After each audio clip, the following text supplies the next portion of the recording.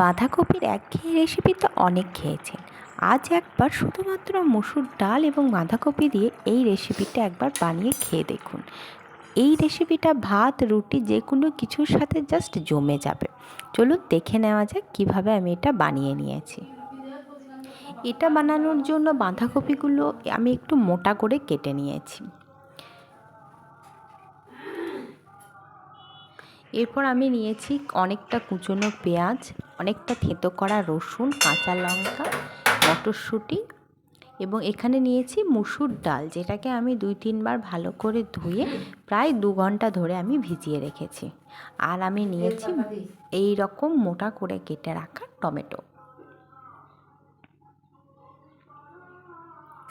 এখন বাঁধাকপির মধ্যে আমি নুন আর হলুদ মাখিয়ে নেব।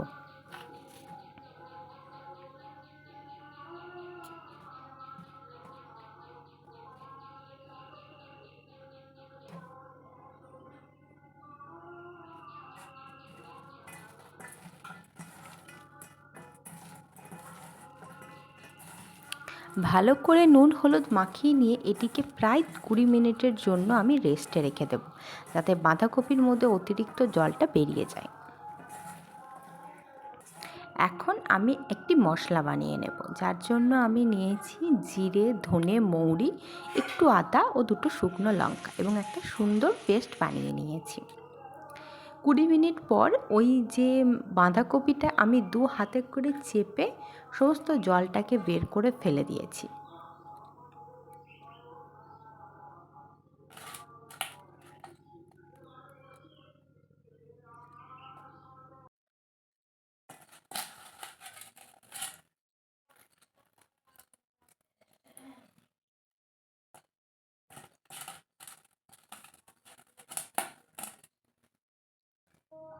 চলুন এবার রান্নাটা শুরু করা যাক।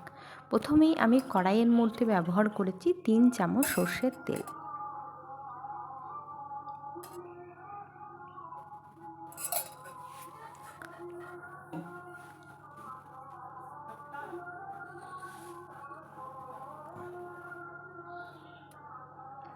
তেল ভালো করে গরম হয়ে গেলে আমি এখানে দিয়েছি 2টি শুকনো লঙ্কা।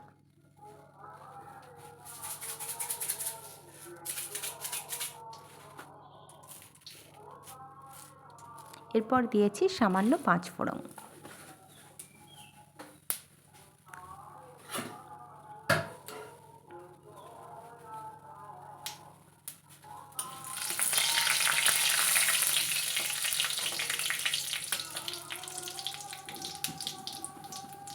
এরপর দিয়ে দিলাম একটি তেজপাতা।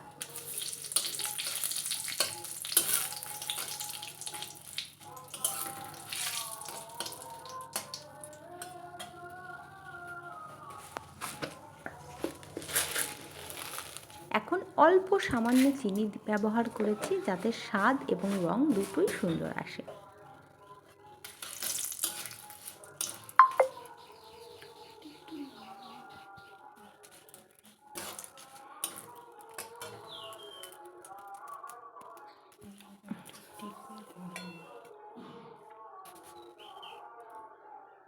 এরপর আমি দিয়ে দিয়েছি থেঁতো করে রাখা রসুন। এরপর মশলাটা সুন্দর গন্ধ বেরিয়ে আসা পর্যন্ত ভেজে নেব। খুব বেশি ভাজবো না, যাতে মশলাটা পুড়ে না যায়।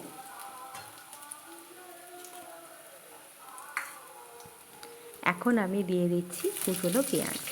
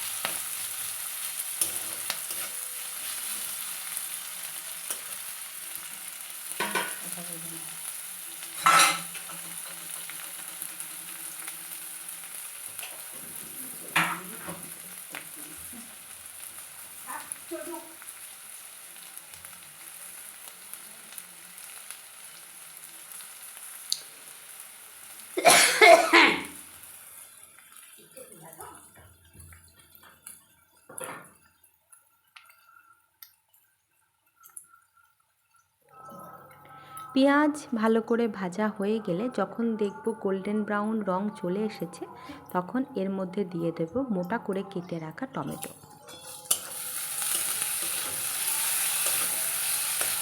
আমি এখানে গোটা একটা টমেটো ব্যবহার করেছি। টমেটোগুলো ভালো করে ভেজে নেব, কিন্তু আমি টমেটোগুলো কিন্তু গলিয়ে ফেলবো না, টমেটোগুলোকে এইভাবেই রেখে দেবো আমি। এর মধ্যে দিয়ে দেব পরিমাণ মতো হলুদ এবং স্বাদ মতো লবণ। পরে যদি প্রয়োজন পড়ে আমি আরও লবণ অ্যাড করব। এখন ভাজা হয়ে গেছে ভালোভাবে, এখন আমি যে পেস্টটা বানিয়ে রেখেছিলাম সেটা দিয়ে দিলাম।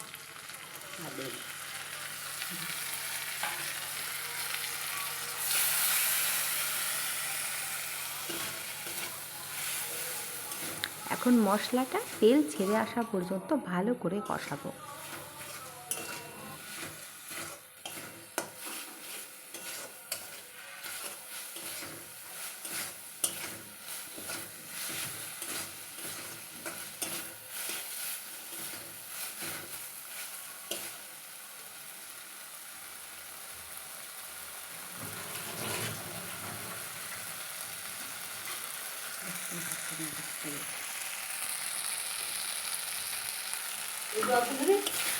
গরম জল করে দাও।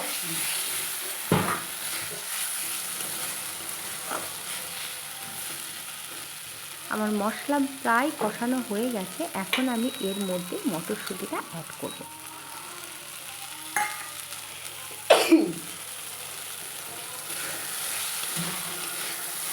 মশলার সাথে মটরশুঁটি ভালো করে মিশিয়ে নেব।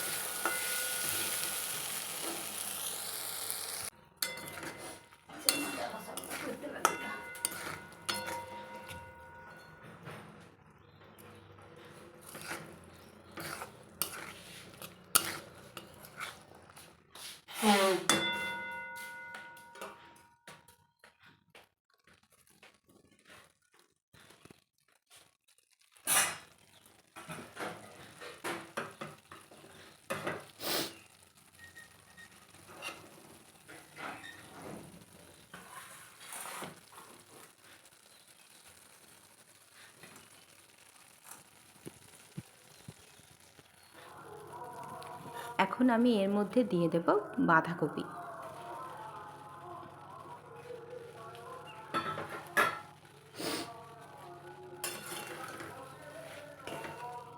এরপর মশলার সাথে বাঁধাকপি ভালো করে মিশিয়ে নেব।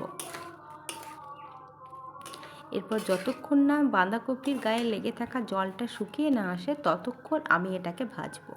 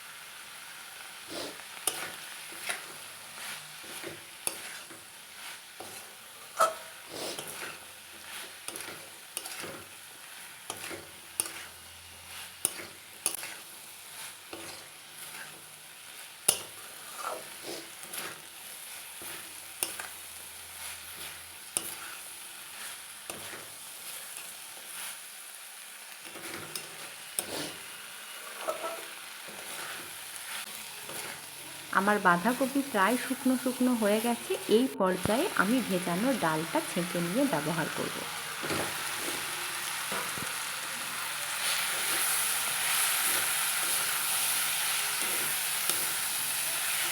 আমি এখানে প্রায় 1 কাপ মুসুর ডাল ব্যবহার করেছি এবং রান্নার আগে প্রায় 2 ঘন্টা আমি এটিকে ভিজিয়ে রেখেছিলাম। সবসময় অন্তত মুসুর ডাল রান্নার আগে প্রায় 2 ঘন্টা ধরে ভিজিয়ে রাখবেন। এতে মুসুর ডাল সিদ্ধও দ্রুত হয় এবং হজমে কোনো সমস্যা হয় না এবং এর পুষ্টিগুণ অনেক পরিমাণে বৃদ্ধি পায়। এরপর আমি এখানে ব্যবহার করব পরিমাণ মতো গরম জল।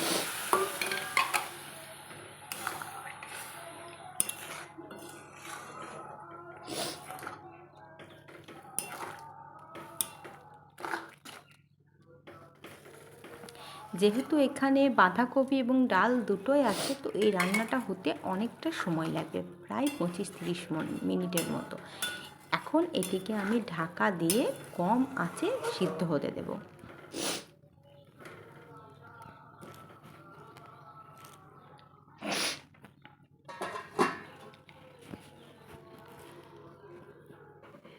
এর মাঝে ঢাকনা খুলে আমি 2-3 বার দেখেছি যে এটা সিদ্ধ হয়ে গেছে কিনা বা যাতে তলায় লেগে না যায়।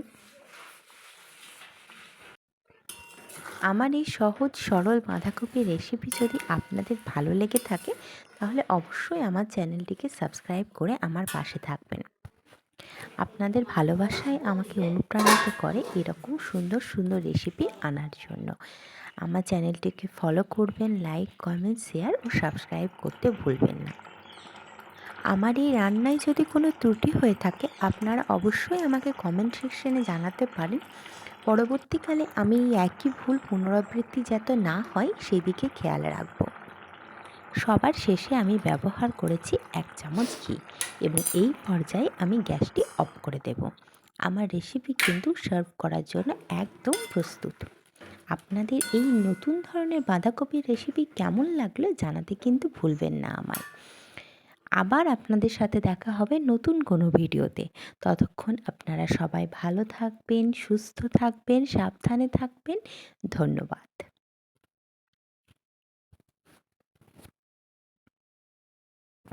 বাই।